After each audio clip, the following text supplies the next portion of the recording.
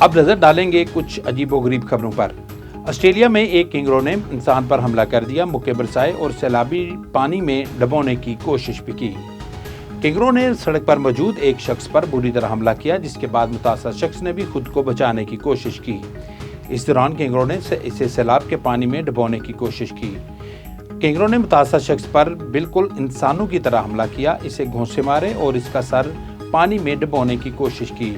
कुछ देर बाद एक गाड़ी के गुजरते हुए कैंगरू डर कर भाग गया। जंगली जानवरों को आमतौर पर कुदरती पार्कों या दस्तावेजी फिल्मों में देखा जाता है, लेकिन एक शादी की तकरीब में गैंडे की एंट्री ने सबको वरता हैरत में डाल दिया। नेपाल के चितवान नेशनल पार्क के करीब होने वाली शादी की तकरीब में जंगली गैंडे की अचानक आमद ने सबको हैरान कर दिया और ये लम्हा सोशल मीडिया पर तहलका मचा रहा है। वायरल वीडियो में देखा जा सकता है कि एक गैंडा इंतहाई इत्मीनान से शादी के पंडाल में दाखिल होता है, जैसे वो दावतनामा लेकर आया हो।